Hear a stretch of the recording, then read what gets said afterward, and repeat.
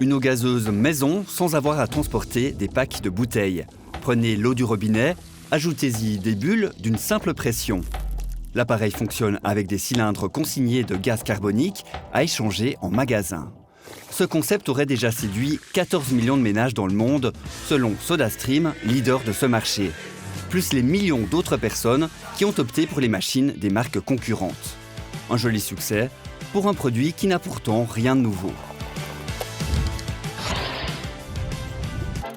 Son histoire remonte à 1903. Le premier appareil pour gazéifier l'eau à domicile est mis au point par la distillerie Gilbey's à Londres, à la base pour les amateurs de gin tonic. Le fameux SodaStream devient vite un incontournable au sein de la bourgeoisie locale et jusque dans la famille royale. En 1998, la société britannique passe en main israélienne et une usine est ouverte dans une colonie de Cisjordanie occupée. Ça vaudra à la marque plusieurs actions de boycott. L'actrice Scarlett Johansson en fait les frais en 2014 quand sa publicité pour SodaStream est retirée du Super Bowl. Sous la pression, l'usine déménage au sud d'Israël et les ventes reprennent des couleurs. L'entreprise est rachetée en 2018 par PepsiCo pour 3,2 milliards de dollars. Aujourd'hui, pour booster les ventes, SodaStream et ses concurrents misent sur des appareils plus design. Certaines de ces marques s'attaquent aussi à un nouveau type de clientèle, la restauration. Comme ici, à l'hôtel de l'Aigle à Couvet. Depuis déjà plusieurs années, l'entreprise familiale ne sert plus que de l'eau du robinet à ses clients, une eau filtrée dans des versions plates ou gazeuses. Alors là, je remplis de l'eau pour le service du midi, pour avoir un assez grand stock pour les clients. Et comme ça nous permet de ne pas courir pendant le service au cas où il nous manque de l'eau. Donc là, on fait de l'eau plate et de l'eau gazeuse. Et on fait sur le comptoir, on a une petite réserve pour le service du midi. Ici, l'eau coûte 3 francs par personne, un prix forfaitaire qui vaut tout au long du repas. Du côté de la clientèle, le système est plutôt vu d'un bon œil. Moi qui travaille à l'extérieur, qui viens souvent manger au restaurant, je trouve vraiment que c'est un bon concept parce que c'est bon marché, on paye 3 francs, puis on peut boire à discrétion, donc c'est vraiment un bon concept qui nous arrange. Alors moi, c'est une très bonne solution, parce que l'eau qu'on prend sur place, il n'y a pas de transport de bouteilles. Je trouve que l'eau, elle est à tout le monde, donc là c'est l'eau qui est à disposition de tous les gens du Val de Travers. Elle est juste gazéifiée, moi je trouve que c'est un très bon système. L'eau ici est bonne, donc ça va. Elle contient pas mal de calcaire, c'est vrai, mais bon, ça nous fait du calcium.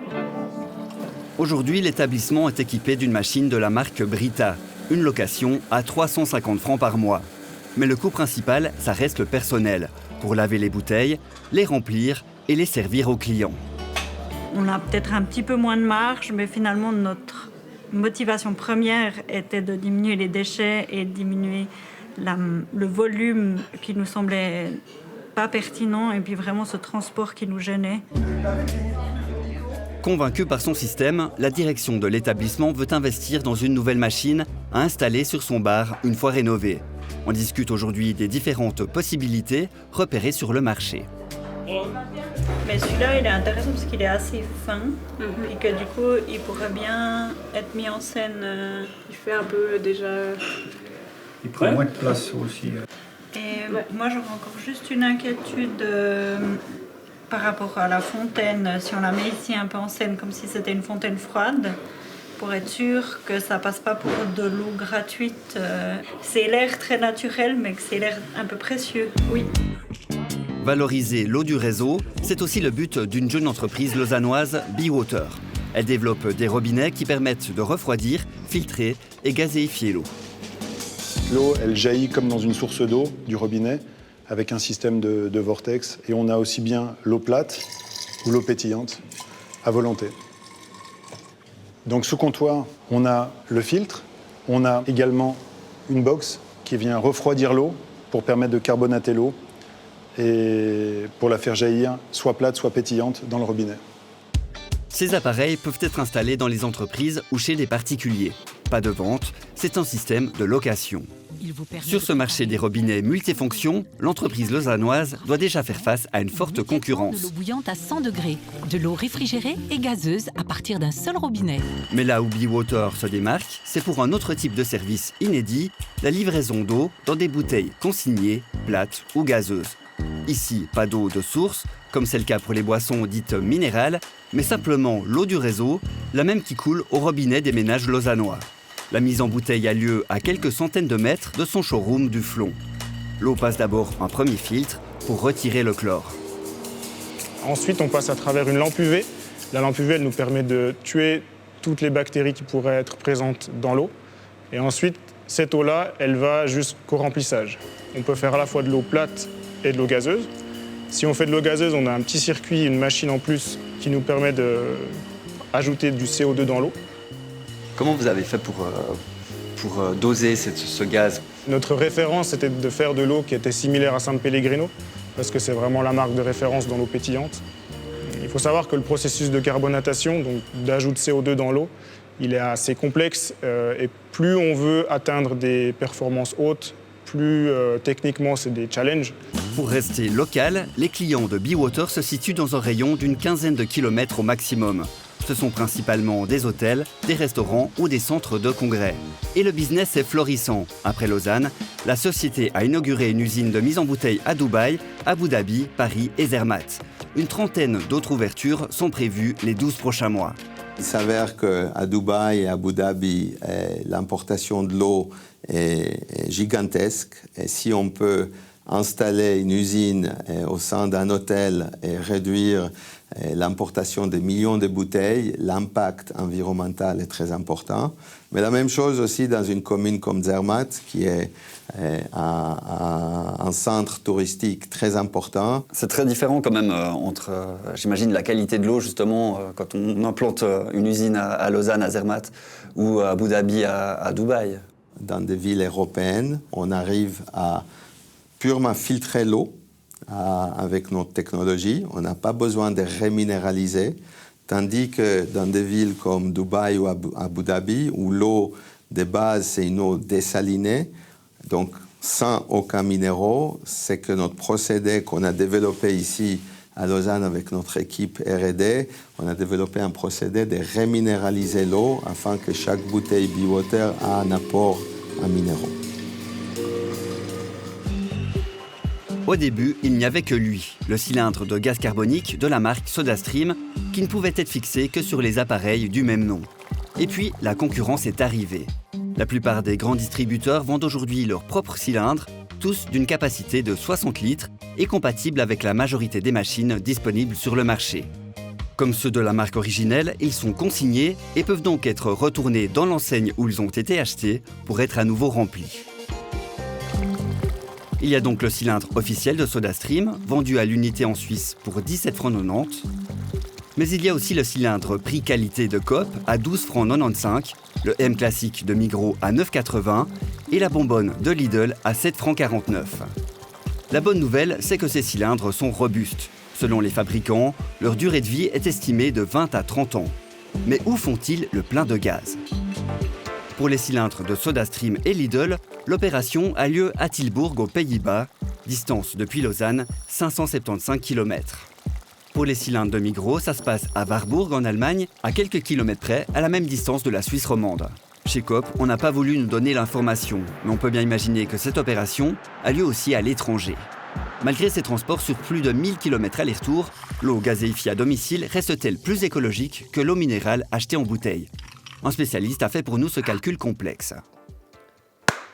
Une analyse sur tout le cycle de vie du produit, de l'extraction des matériaux, que ce soit le pétrole pour le plastique, les matériaux pour fabriquer l'aluminium, le verre, la fabrication dans les usines, ensuite le transport, donc une eau en bouteille, elle va être transportée par camion par exemple, un système pour gazéifier son eau à la maison, il va falloir transporter la cartouche. Résultat, même en prenant en compte tous ces différents aspects, l'eau en bouteille reste bien plus polluante que celle gazéifiée à domicile. Une eau minérale qu'on achète en bouteille polluera entre 150 et 300 grammes de CO2 par litre en fonction d'où elle vient.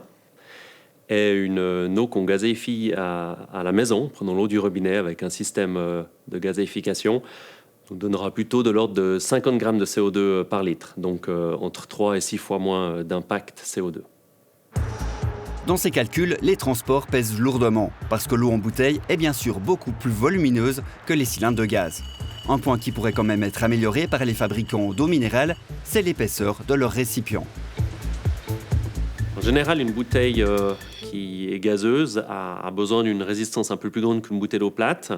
Là où les entreprises d'eau bouteille peuvent faire facilement un effort d'optimisation, d'éco-conception, c'est d'éviter d'utiliser les mêmes bouteilles pour l'eau gazeuse et l'eau plate, parce que ça veut dire que la bouteille pour l'eau plate, en fait, elle est surfaite, elle est trop large pour ce qui est nécessaire.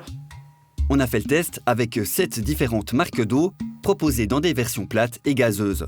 Après un pesage précis des bouteilles à vide, le constat est sans appel. Toutes les bouteilles en PET ont exactement le même poids.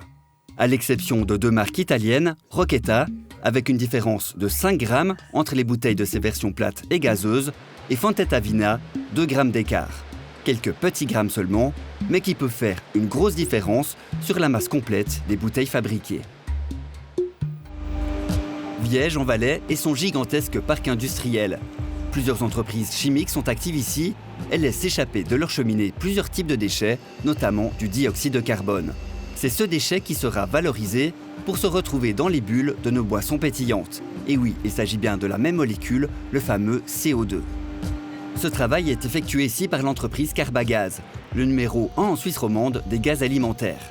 Son infrastructure permet de récupérer le gaz, encore brut, à la sortie de l'usine et de le purifier pour le rendre propre à la consommation. Le CO2 brut arrive par pipeline vers notre usine de purification.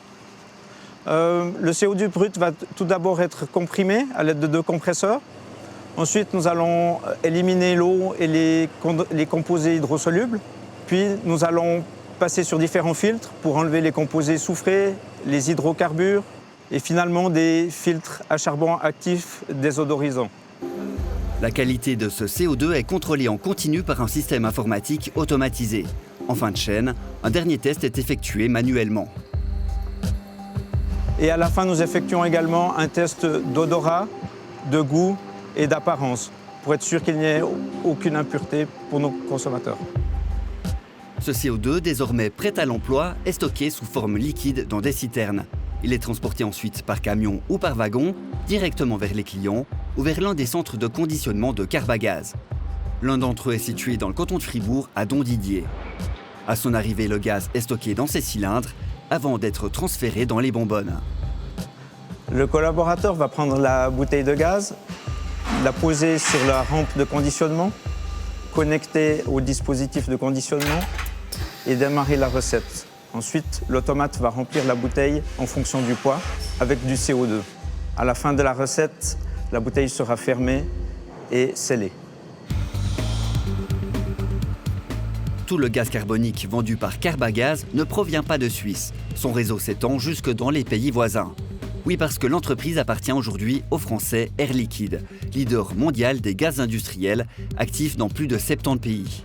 Sur chacun des sites, c'est un déchet industriel qui est valorisé. Alors effectivement, le CO2 est un gaz à effet de serre et puis on en produit malheureusement aujourd'hui suffisamment par notre activité industrielle de pays développés comme la Suisse. Donc on va aller vraiment sur les industries où il y a déjà des émissions de CO2 puisque le but n'est pas de produire exprès du CO2 pour le marché alimentaire. En plus du dioxyde de carbone d'origine industrielle, il y a aussi le CO2 vert d'origine végétale.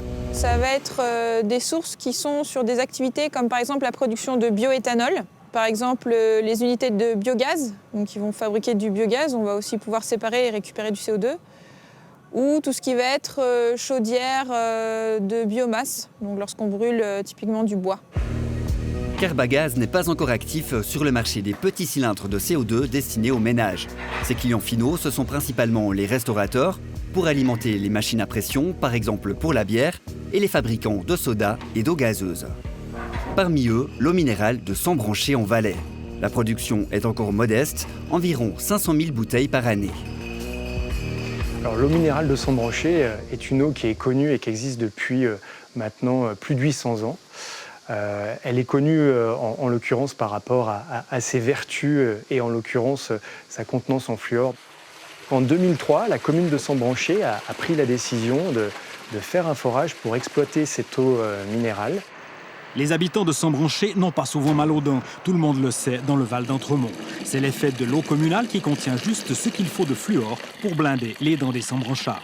C'était peut-être beaucoup plus évident il y a 20, 30 ans quand il n'y avait pas de mesures d'hygiène, quand les gens étaient en grande partie tous des négligents. Je pense que les enfants Sambranchards s'en tiraient mieux plus longtemps. La société a choisi dès le départ d'inscrire son eau sur un segment premium. On la retrouve en magasin à 3,90 francs les 75 centilitres. Et plus généralement sur les tables des bons restaurants. C'est pour cet usage en particulier qu'a été élaborée sa version pétillante. On a fait beaucoup de tests, à peu près 80 variations de gazéification ont été faites avec des bulles plus ou moins grosses. Et à partir de là, on avait un panel de dégustateurs, de consommateurs qui ont pu voter sur le choix qu'ils préféraient. Et le choix s'est porté sur une eau finement pétillante qui passe bien dans le domaine de la restauration parce que justement, elle ne surcharge pas le repas. Mais comment fait-on pour introduire le gaz dans l'eau? Un procédé plus compliqué qu'il n'y paraît. On va d'abord pressuriser la bouteille, ensuite on va injecter l'eau avec le gaz dedans, avec une contre-pression sur le réservoir central de la soutireuse pour que le gaz ne s'échappe pas de l'eau. Et une fois qu'on a fini ce processus de remplissage, on va aller sur la boucheuse à vis. À partir de là, notre produit il est complètement préservé, en direct de la source. L'entreprise prévoit d'augmenter prochainement sa production et même d'agrandir ses locaux. On ne craint pas la concurrence des nouveaux systèmes pour gazéifier sur place l'eau du robinet. Nous avons une eau minérale, et une eau minérale a la caractéristique déjà d'être constante au niveau de sa minéralisation, tant dans les périodes de printemps que dans les périodes d'automne, qui sont les périodes de fonte des neiges ou de pluie importantes. Et l'autre point de différenciation qui est très important, c'est que l'eau minérale de Sambranché ne peut venir que d'un seul endroit. C'est un peu comme une AOP, une appellation d'origine protégée.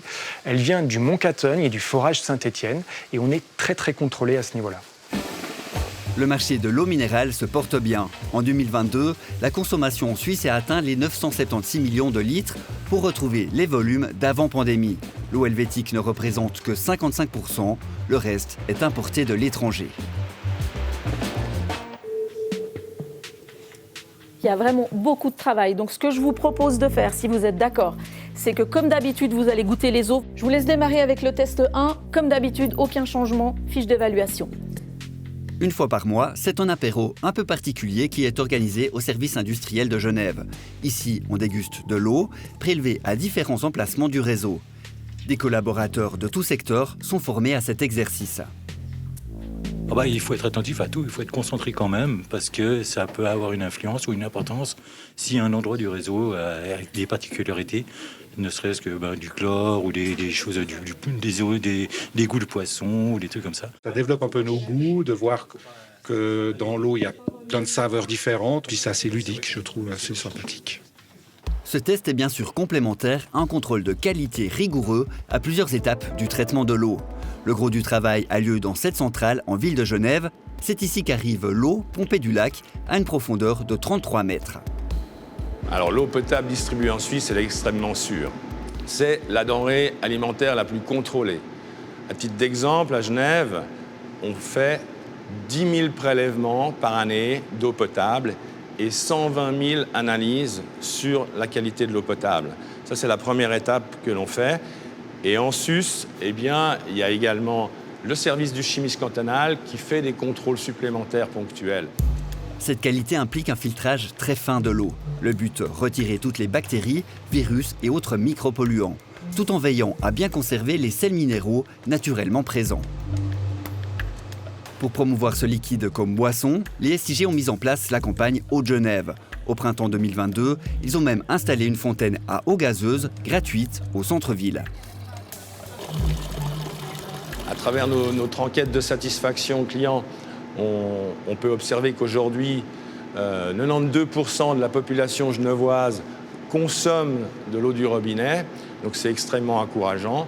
Il y a encore quelques pourcentages à convaincre de cette population, mais évidemment, on va tout à fait dans ce sens, ce d'autant plus si cette eau potable a la possibilité d'être en plus gazéifiée à la maison pour obtenir encore plus de diversité d'utilisation.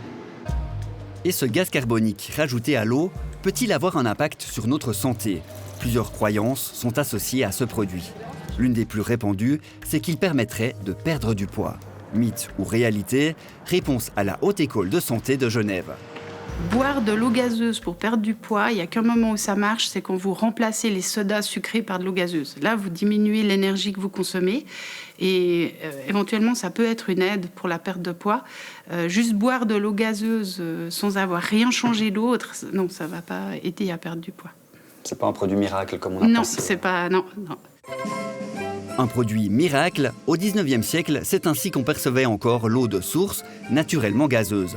Pour reproduire artificiellement ce breuvage, on a mis au point un appareillage pour introduire le CO2 à l'eau plate, un produit vendu à l'époque en pharmacie. Aujourd'hui, on sait que les bulles n'ont d'autre fonction que de nous chatouiller le palais. Aucun véritable bénéfice ni danger donc, à part dans de très rares cas. L'eau gazeuse, elle serait déconseillée dans 2 situations, on va dire, emblématiques. La première, qui touche quand même une certaine partie de la population, spécifiquement les femmes enceintes notamment, c'est tout ce qui est reflux gastro-œsophagien. Donc c'est quand l'acidité de l'estomac remonte le long de l'œsophage. Et puis, une deuxième situation qui touche beaucoup moins de personnes, mais c'est toutes les chirurgies bariatriques, les chirurgies du tube digestif pour la perte de poids, où la taille de l'estomac est diminuée, drastiquement diminuée, et où là, effectivement, l'eau gazeuse est totalement déconseillée juste après l'opération. Plate ou gazeuse, minéralisée ou non, de source ou du robinet, toutes les eaux, si elles sont suffisamment propres, sont aptes à remplir leur fonction de base, nous hydrater.